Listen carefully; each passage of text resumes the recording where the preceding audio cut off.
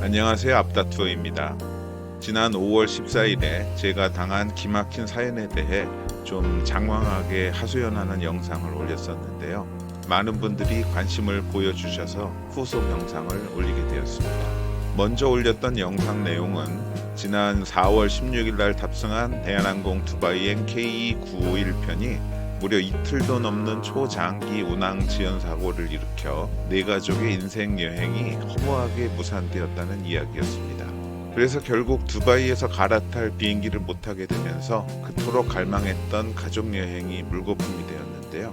이 일이 저에게는 경제적 손실은 물론이고 심리적으로도 상당한 타격을 줘서 5월 1일 귀국 후 한참 동안이나 대처를 하지 못하고 있다가 5월 7일에 대한항공에 피해 보상을 요구했고 5월 13일자로 악기상에 따른 불가항력적 상황으로 보상 대상에서 제외된다라고 하는 답신을 받았습니다. 여기까지가 지난번 올린 영상의 주요 내용이었는데요. 많은 분들이 제 영상을 봐주시고 공감을 해주시면서 대한항공의 처사에 대해 같이 공분을 표출해 주셨습니다. 이에 대해 진심으로 감사드립니다. 그렇지만 한편으로는 일부 시청자분들께서 이건 두바이 폭우로 인한 자연재해다. 불가항력적 사고로 인한 것이니 대한항공에게는 큰 잘못이 없다. 이런 의견도 댓글로 달아주셨습니다. 그래서 제가 비록 항공 운항에 관한 전문가는 아니지만 해당 비행기를 직접 탑승했던 승객으로서 보고 듣고 겪은 바를 다시 좀 정리해서 두 가지 측면에서 말씀을 드려볼까 합니다. 첫 번째는 이번 초장기 운항 지연 사고가 정말 자연재해에 따른 불가항력적 사고였는가 하는 점이고, 두 번째는 5월 13일자 대한항공의 보상 거절 회신 이후에 이건 소송감이다 또는 언론에 제보해라 하는 식으로 응원을 해주시면서 상황이 어떻게 전개되었는지 궁금해하시는 분들이 계셔서 우선 제가 대한항공의 피해 보상을 재요청한 내용과 이에 대한 대한항공의 반응을 소개해드리면서 과연 대한항공은 피해 보상에 대한 원칙과 기준이 있는지 아니면 우는 놈 떡 하나 더 주는 식인지 한번 짚어보고자 합니다. 그럼 먼저 이번 사건이 과연 불가항력적 사고인가에 대해 다뤄보지요. 지난번에 제가 올린 동영상이 총 26분 19초로 상당히 긴 편입니다. 많은 내용을 좀 자세히 다루면서 하소연을 드리다 보니 좀 길어졌습니다. 그래서 자세히 보지 않고 대강 훑어보신 분들도 계실 텐데, 내용이 대충 항공기가 이틀이 넘게 지연해서 도착했네, 두바이에 폭우가 내려서 공항이 폐쇄돼서 그랬네, 그 이후로 여행을 망쳤네 하는 내용이다 보니 당신의 상황은 안타깝지만 자연재해 때문인 걸 어쩌냐, 대한항공의 잘못은 없어 보인다 등의 불가항력적 상황으로 이해하시는 반응이 나온 걸로 압니다. 두바이 폭우 사건은 당시 국내 언론에도 크게 보도되었으니 이 뉴스와 항공기 지연 사고를 자연스레 연계시키다 보면 그렇게 생각하시는 것도 무리는 아닌 것 같고, 또 같은 이유로 언론에서도 크게 관심을 갖지 않은 것 같습니다. 또한 여기서 불가항력이라는 용어가 중요한 것은 대한항공이 저의 피해 보상 요구를 거절하면서 그 이유와 근거로 삼은 용어가 바로 불가항력이라는 단어이기 때문입니다. 근데 여러분, 불가항력의 뜻이 뭡니까? 국어사전을 찾아보면 사람의 힘으로는 저항할 수 없는 힘이라고 나옵니다. 자, 그럼 차근차근 다시 말씀드려 보겠습니다. 두바이에 4월 16일 새벽부터 폭우가 내렸습니다. 그래서 한때 공항이 폐쇄되기도 했습니다. 자, 여기까지는 자연재해고 불가항력이 맞습니다. 근데 이게 과연 53시간 지연 사고의 원인인 것이냐는 별개의 문제라고 생각합니다. 저는 이번에 발생한 이틀 넘은 초장기 운항 지연 사고는 자연재해가 초기 원인인 것은 맞으나 이것은 간접적인 원인이고, 이후 두바이 공항이 정상화되고 항공기 운항이 가능해지는 상황에 비해 대한항공의 대처가 미흡했던 인재 요소가 상당히 내포되어 있지 않나 하는 점을 말씀드리고 싶은 것입니다. 실제 당시 보도에 따르면 두바이 공항의 운영이 중단된 시간은 30분에서 1시간 남짓에 불과하고, 이후에는 우회했던 많은 비행기들의 착륙 수요가 몰렸기 때문에 이른바 헤비 트래픽이 발생한 것이 지연사고의 직접 원인으로 보인다는 말씀인데요. 즉 두바이 공항 측의 착륙 우선순위 조절 과정과 이에 대한 대한항공 본사의 대응력이 관건이 될 것인데, 이게 과연 불가항력의 범주에 속할까 하는 의문이라는 겁니다. 그러니까 만약 폭우로 인해 두바이 공항이 물바다가 된 채 이틀 내내 비행기가 한 대도 못 내리는 상황이 지속되었다고 한다면, 제 아무리 53시간이라는 초장기 지연 사고가 났어도 대한항공이 이야기하는 불가항력이라는 말에 저도 전혀 이의를 제기하지 않고 차라리 제 자신이 운이 없었음을 탓했을 겁니다. 그럼에도 계속 억울한 마음이 드는 건 분명 불가항력이 아닌 것 같다는 정황을 알고 있는데도 평범한 소시민으로서 이를 명백히 입증할 수가 없다는 상황 때문입니다. 대한항공 K951편은 오만 무스카트 공항에서 5번 이상이나 이륙 예정 시간을 변경했습니다. 첫 이륙 시도는 무스카트 공항에 긴급 회항을 한 후 연료를 다시 채우고 나서인 17일 새벽 4시 10분경인데, 이때 두바이로 재출발한다는 안내 방송을 한 것이 두바이 공항이 정상 운영이 가능하다는 가장 강력한 증거 아니겠습니까? 곧 출발하겠으며 운항 소요 시간은 50분이 예상된다고까지 방송했습니다. 만일 그때까지 두바이 공항이 폭우로 인해 운영이 불가능한 상황이라면 어떻게 출발한다는 방송을 할 수가 있었겠느냐 하는 게 제 생각입니다. 4월 17일 그 첫 이륙 시도가 불발되고 난 뒤에도 대한항공 K951편은 계속해서 18일 새벽 01시 10분, 이후 03시 30분, 09시 30분, 11시 정각 등 5번 이상 출발 예정 시간을 변경했습니다. 다시 말씀드리지만 자연재해로 출발이 불가능했다면 애초에 이렇게 출발 예정 시간이 나오지조차 못했을 겁니다.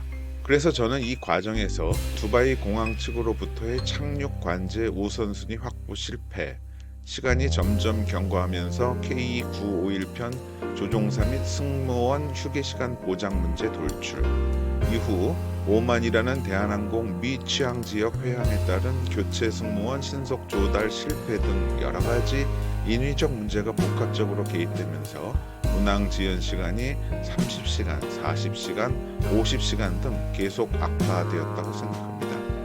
물론 이 과정에서 실제 어떤 이유로 어떤 의사결정이 되었는지는 대한항공 측만 알고 있겠죠.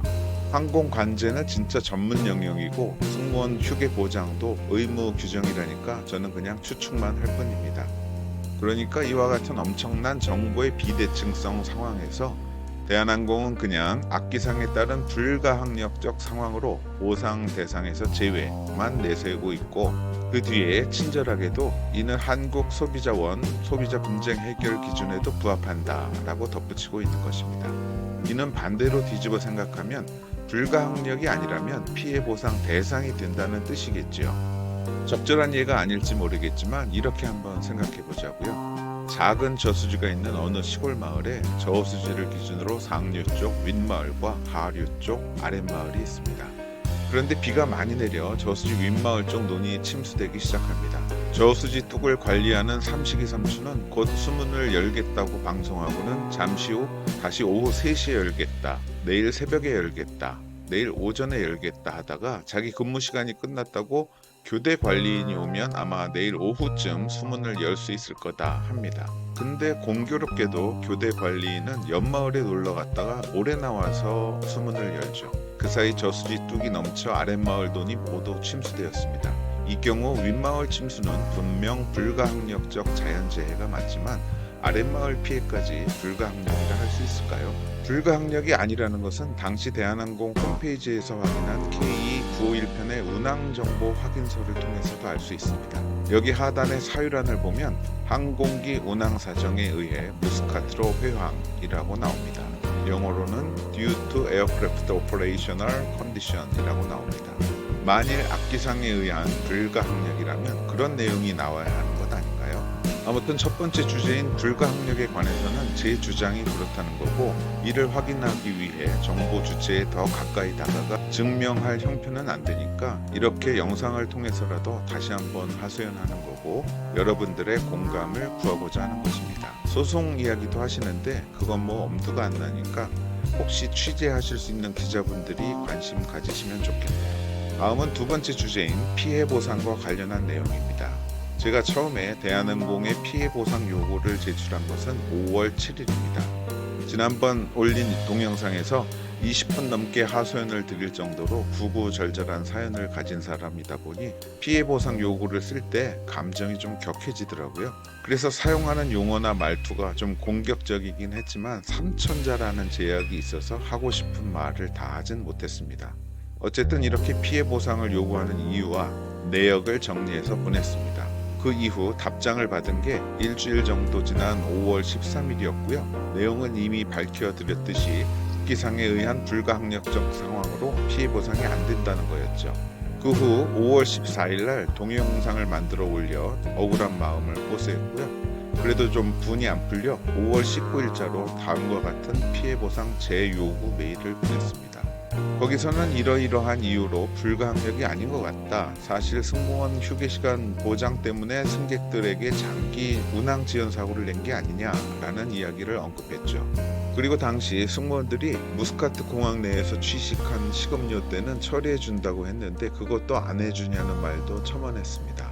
그랬더니 5월 23일 날 회신이 오더라고요. 이번 메일에는 기상에 따른 불가항력적이라는 표현은 없더군요. 대신 두바이 공항의 착륙 불허로 부득이라는 표현이 나옵니다.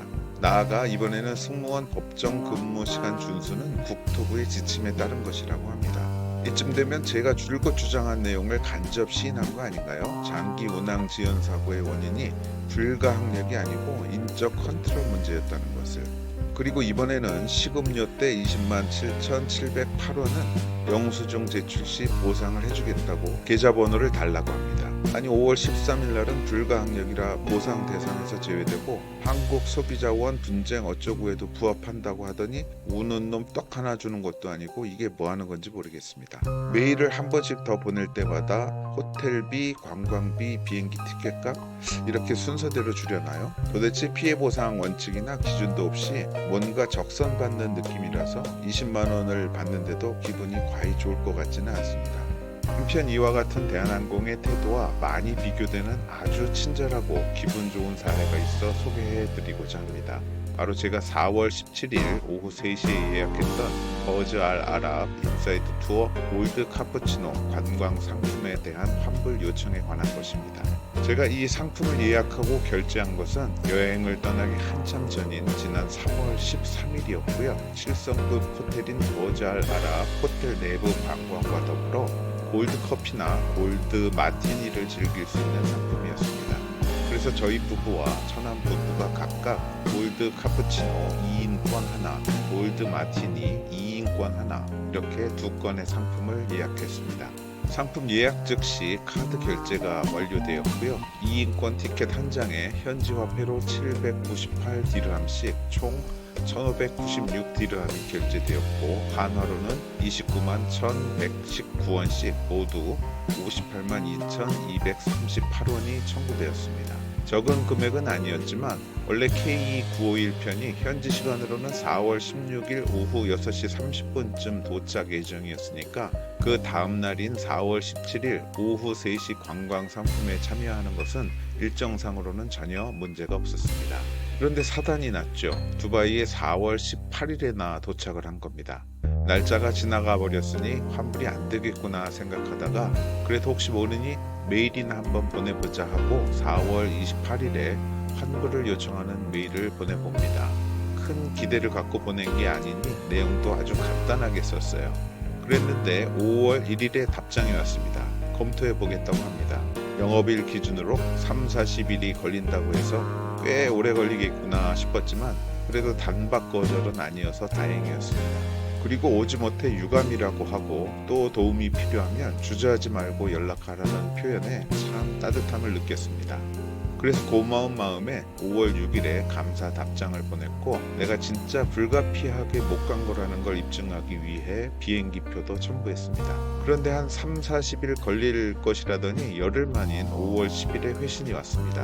환불이 완료된 것을 알려드리게 되어 기쁘다고요. 저도 기뻤습니다. 빠른 일 처리에 고마웠고 무엇보다 환불을 해준다니 좋았죠. 근데 메일을 보다가 좀 이상한 걸 발견했습니다. 우리는 798 디르함짜리 상품 2개를 예약하고 결제한 건데 하나만 환불 완료되었다고 돼 있는 겁니다. 원인은 최초의 환불 요청 메일을 보낼 때 첨부 파일에는 상품 티켓 2개를 다 첨부했는데 본문에는 환불을 요청하는 상품 코드를 하나만 적어 놓은 데서 비롯된 것입니다.